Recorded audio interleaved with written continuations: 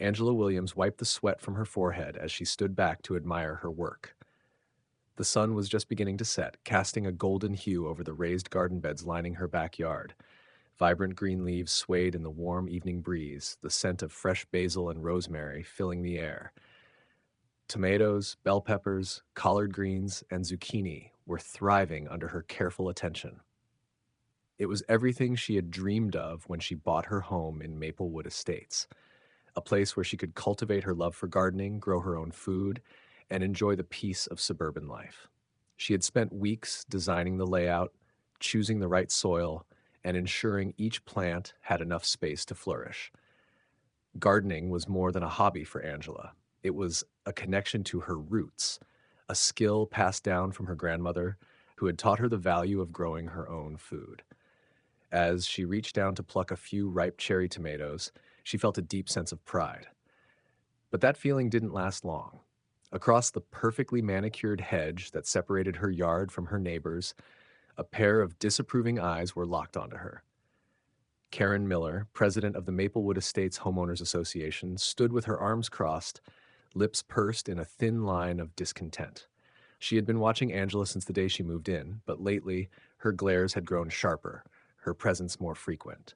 Angela sighed and turned back to her garden, hoping to ignore the tension brewing just a few feet away. But Karen wasn't one to be ignored. "Angela," she called out, her voice clipped and authoritative. Angela turned, forcing a polite smile. "Evening, Karen." Karen took a step closer, her short blonde bob bouncing with the movement. "Sure, I was just taking a walk around the neighborhood and noticed, well, this." She gestured vaguely at the garden. "I don't think you're aware, but we have very strict guidelines in Maplewood Estates regarding the aesthetics of our yards." Angela raised an eyebrow. And vegetable gardens are not permitted in front or backyards visible from neighboring homes," Karen said with a pointed look. "It's in the HOA bylaws. We strive for a certain uniformity here." Angela let out a short laugh, folding her arms. "Uniformity? Karen, people have patio furniture, flower beds, even lawn gnomes. How is my vegetable garden any different?" Karen's expression hardened. "It just doesn't fit the aesthetic of the community. I'm sure you understand." Angela's smile faded. She knew exactly what Karen meant. "I'll have to issue a notice of violation," Karen continued, reaching into a small folder she had been carrying. "If it's not removed within 30 days, fines will begin accumulating." Angela took the notice without glancing at it. "This is ridiculous." "It's the rules," Karen said, tilting her chin up. "Rules that everyone agreed to when moving here." Angela inhaled sharply, her fingers tightening around the paper. She wasn't about to let some overzealous HOA president dictate what she could and couldn't grow on her own property. She met Karen's gaze, unwavering. "We'll see about that." Karen blinked, clearly taken aback by Angela's defiance. But she didn't argue. Instead, she gave a tight-lipped smile, turned on her heel, and walked away. Angela exhaled slowly, looking down at the notice in her hand. She had worked too hard for this garden. She wasn't about to back down. Not now. Not ever. Angela sat at her kitchen table, the violation notice lying flat in front of her. The words stared back at her in bold, unforgiving print. "Unauthorized vegetable garden, remove within 30 days or face fines." She clenched her jaw, flipping the paper over as if that would make it disappear. She had researched the HOA rules before moving in, and nowhere had she found anything explicitly banning vegetable gardens. Karen was bluffing, or worse, targeting her. Taking a deep breath, Angela reached for her laptop. If Karen wanted a fight, she'd come prepared. Within minutes, she was deep in research, scanning HOA bylaws and state laws regarding homeowner rights. Everything she read confirmed what she suspected. Karen had no real grounds to demand she remove her garden. A knock at the door pulled her from the screen. She sighed, already bracing herself. When she swung it open, her neighbor Sarah stood on the porch, holding a plate of cookies. "I heard about what happened," Sarah said, stepping inside without waiting for an invitation. "Karen's at it again, huh?" Angela let out a dry laugh, closing the door. "You don't seem surprised." Sarah placed the cookies on the counter and shook her head. "Karen has been pulling this kind of thing for years.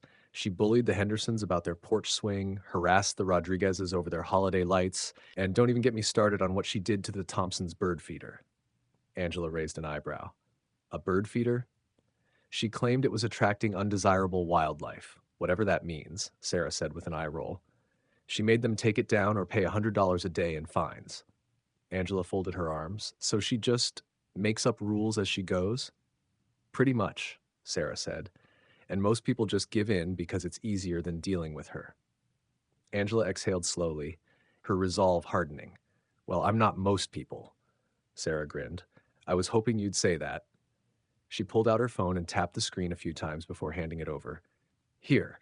This lawyer specializes in HOA disputes. He helped my cousin win a case against her over some nonsense about mailbox colors. Angela took the number and nodded. Thanks, Sarah. I'll give him a call. The next morning, Angela was back in her garden, Solash watering her plants and mentally preparing for whatever Karen tried next. She didn't have to wait long. Angela. She turned to see Karen standing at the edge of the yard, arms crossed tightly over her chest. Morning, Karen. Angela kept her voice even, refusing to give Karen the satisfaction of seeing her annoyed. I see you haven't started removing the garden, Karen said, her lips pressed into a thin line. The clock is ticking. Angela wiped her hands on her jeans and walked up to the fence. Actually, Karen, I looked into the bylaws. There's nothing in there that explicitly bans vegetable gardens.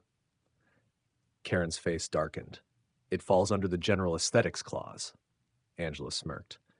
You mean the clause that's vague and subjective? The one that doesn't specifically mention vegetable gardens at all? Karen's jaw tightened. Rules are rules, Angela. I'd hate to see this escalate. Angela tilted her head. Oh, I think it already has. For the first time, Karen hesitated, but instead of backing down, she pulled out her phone, snapped a picture of the garden, and walked away without another word. Angela watched her go, knowing exactly what that meant. Karen wasn't finished. Not by a long shot. Angela had barely taken a sip of her morning coffee when the first email came through. Subject: HOA violation reminder. Immediate action required. She rolled her eyes before even opening it. The message was exactly what she expected. Another warning from Karen, filled with the same language about her unauthorized garden and the looming fines if she didn't comply. Angela scoffed and deleted it. If Karen thought she could harass her into submission with aggressive emails, she had the wrong one. She had already contacted the lawyer Sarah recommended, a man named David Morales, who had agreed to review her case. His response had been clear. Karen didn't have a legal leg to stand on. The HOA could enforce documented rules, but arbitrary decisions based on one person's preferences wouldn't hold up if challenged. That knowledge gave Angela confidence, but she also knew Karen wouldn't go down easily. As if to prove her point, a sharp knock rattled her front door. Angela sighed, setting down her mug before heading over. The second she opened the door, she found Karen standing there, holding a clipboard and wearing a smug expression. I sent you a follow-up email this morning, Karen said, her voice crisp and businesslike. Angela leaned against the doorframe, arms crossed. I saw, and I ignored it. Karen's nostrils flared. Ignoring official HOA communications is not advisable. If the garden isn't removed within the next 2 weeks, the fines will begin at $50 per day. Angela arched an eyebrow. And where exactly in the bylaws does it state that? Karen bristled. The HOA board has discretion to enforce community standards as they see fit. Angela let out a short laugh. So basically, you make up rules when you don't like something? Karen's grip on her clipboard tightened. If you refuse to comply, the HOA has the right to take further action. This is your final warning. Angela tilted her head. Further action? What, you're going to take me to HOA court? Karen's expression remained unreadable. You'll see. And with that, she turned and walked away. Angela watched her go, shaking her head before closing the door. Karen was clearly on a power trip, but Angela wasn't about to cave. That afternoon, she stepped outside to water her garden when she noticed something strange, a police car idling near the curb. 2 officers stood beside it, speaking quietly. Her stomach clenched as one of them turned and approached her. Ma'am, are you the homeowner? The officer asked, adjusting his sunglasses. Angela wiped her hands on her jeans and nodded. Yes, I am. What's going on? We received a call about a possible zoning violation and unauthorized land use, he said, glancing toward the garden. Angela blinked. Excuse me? A zoning violation? The officer shifted his weight. Your neighbor reported that you were operating an unapproved agricultural site within a residential neighborhood. Angela's jaw nearly dropped. Are you serious? The officer exhaled. Look, this isn't exactly the kind of thing we get involved in, but when someone calls, we have to check it out. Angela glanced across the street, and sure enough, there was Karen, standing on her porch with her arms crossed, watching smugly. Angela took a deep breath, forcing herself to stay calm. Officer, this is a private vegetable garden. I'm not running a farm, I'm not selling produce, and I'm certainly not violating any zoning laws. The officer nodded. That's what it looks like to me, too. This is a civil dispute, not a police matter. I'll go talk to your neighbor. Angela folded her arms as she watched him walk over to Karen. She couldn't hear their conversation, but the way Karen's face twisted in frustration told her everything she needed to know. A few minutes later, the officer returned. We let her know this isn't a criminal issue and that she should take it up with the HOA. Angela smirked. Let me guess, she wasn't happy about that? The officer chuckled. That would be an understatement. As he and his partner got back into their car and drove off, Angela turned her gaze back to Karen. Their eyes met, and for the first time, Karen looked genuinely rattled. Angela smiled. Karen had played her biggest card, and it had failed. Now it was Angela's turn. Angela sat on her porch swing, sipping iced tea and watching the sunset paint the sky in shades of pink and orange. The police had come and gone, leaving Karen humiliated and seething on her front porch. That alone should have been enough for Angela to feel victorious, but she knew better. Karen wasn't the type to admit defeat. If anything, she'd double down. And Angela was right. The next morning, she was woken up by the sound of a truck idling outside.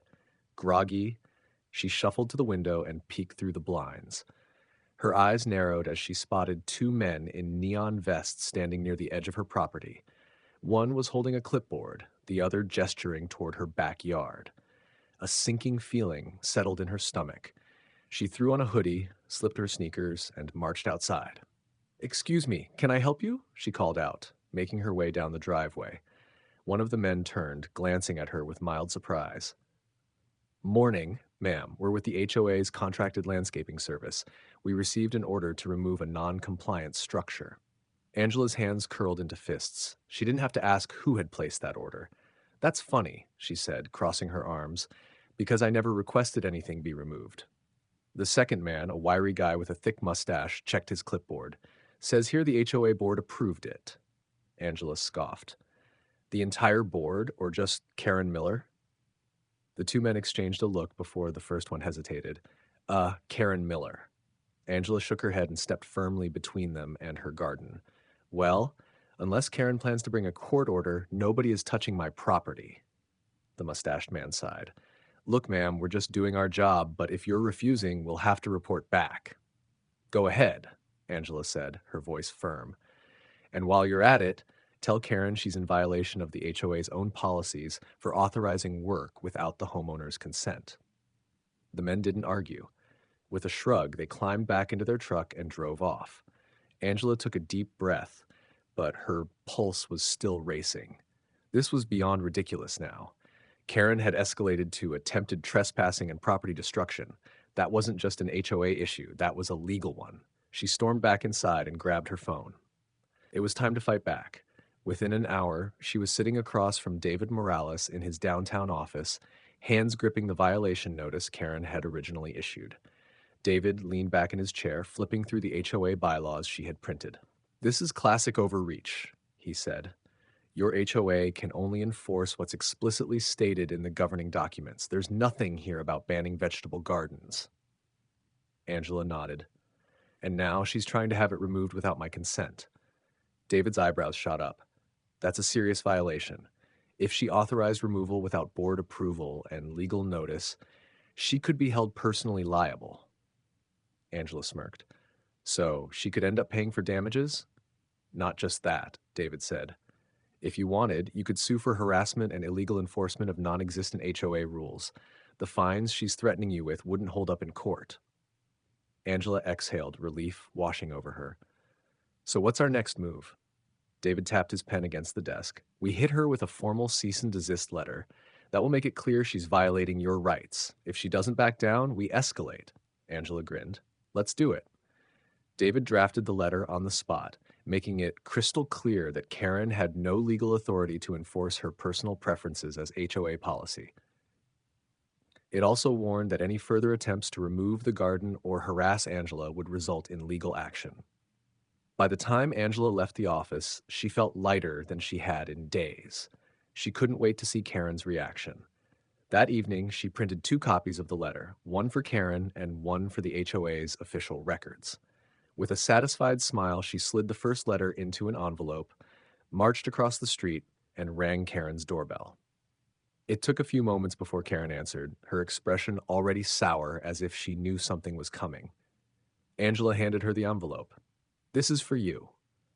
Karen hesitated before taking it, eyes flicking to the return address on the front. The moment she saw the law firm's name, her face paled. Angela didn't say another word. She simply turned and walked back to her house, leaving Karen standing in the doorway, clutching the letter like it had just detonated in her hands. Now the real battle had begun.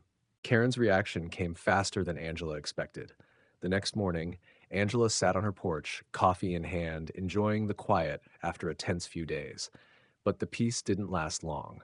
A sharp, rapid knock at her door shattered the morning stillness.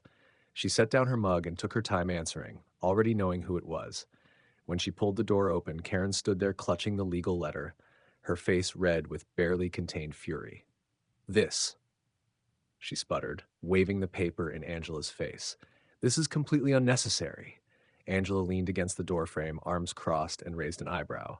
"Is it? Because I was under the impression that you were the one violating my rights." Karen exhaled sharply through her nose. "I was simply upholding the community standards. The HOA exists for a reason, to protect property values, to maintain order. If everyone did whatever they wanted, this neighborhood would fall apart." Angela let out a short laugh. "Karen, I'm growing tomatoes, not running a scrapyard." Karen's nostrils flared. "That garden is an eyesore." Angela tilted her head, amused. "You mean the same garden that half the neighborhood has complimented me on? The one that your own bylaws don't prohibit?" Karen stiffened but didn't respond. Angela took a step forward. "Let me make something clear. You don't own this neighborhood. You don't get to make up rules because you don't like the way something looks. And you definitely don't get to harass me or try to destroy my property." Karen's mouth opened and closed as if searching for a comeback, but Angela wasn't done.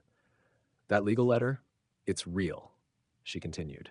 "You will be held accountable for your actions. If you attempt anything else, more fines, more threats, another bogus 911 call, you'll be dealing with my lawyer. And trust me, Karen, I'm not afraid to take this to court." Silence stretched between them. Karen's fingers curled around the letter, wrinkling the crisp paper. Then her expression changed. The self-righteous anger faded, replaced by something else, worry. For the first time, Angela saw fear in Karen's eyes. Not just because she had been challenged, but because she knew she was losing. "You don't belong here," Karen muttered under her breath, barely audible. Angela's stomach twisted, but she didn't let it show. Instead, she gave Karen a slow, knowing smile. "And that's the real issue, isn't it?" Karen didn't answer. She simply turned on her heel and stalked back across the street, slamming her door behind her.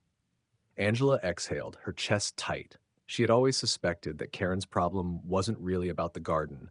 It was about her, about who she was and the fact that Karen couldn't control her.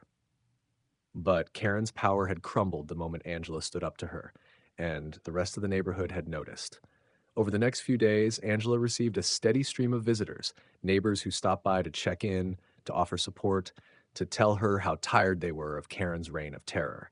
Some shared their own stories of harassment, others simply wanted to say thank you for standing up to her. But the real turning point came at the next HOA meeting. Angela didn't usually attend, but this time she made a point to sit front and center. Karen was there too, stiff-backed and stone-faced. As the meeting progressed, several homeowners raised complaints, not about Angela's garden, but about Karen's abuse of power. One by one, people spoke up about the unnecessary fines, about the arbitrary rules, about the way she had used the HOA as her personal dictatorship. By the time the board took a vote on whether Karen should be removed as HOA president, the decision was unanimous. Angela didn't celebrate. She didn't gloat. She simply met Karen's furious gaze from across the room and gave her a small, satisfied nod. The battle was over. A week later, Angela stood in her garden watching the sun dip below the horizon. The plants were thriving, untouched, exactly as they should be. A voice interrupted her thoughts. "Looks amazing." She turned to see Sarah leaning against the fence, smiling. "I brought you something." She held out a small wooden sign. "Angela's Garden, established 2024. Angela laughed, running her fingers over the carved letters. "I love it." Sarah grinned. "Figured it needed a proper name. You fought for it after all." Angela placed the sign into the soft soil, stepping back to admire it. A symbol, not just of her garden, but of something bigger. Standing her ground, demanding respect, refusing to be pushed aside. She exhaled deeply, feeling lighter than she had in weeks. Karen might have started this fight, but Angela had finished it.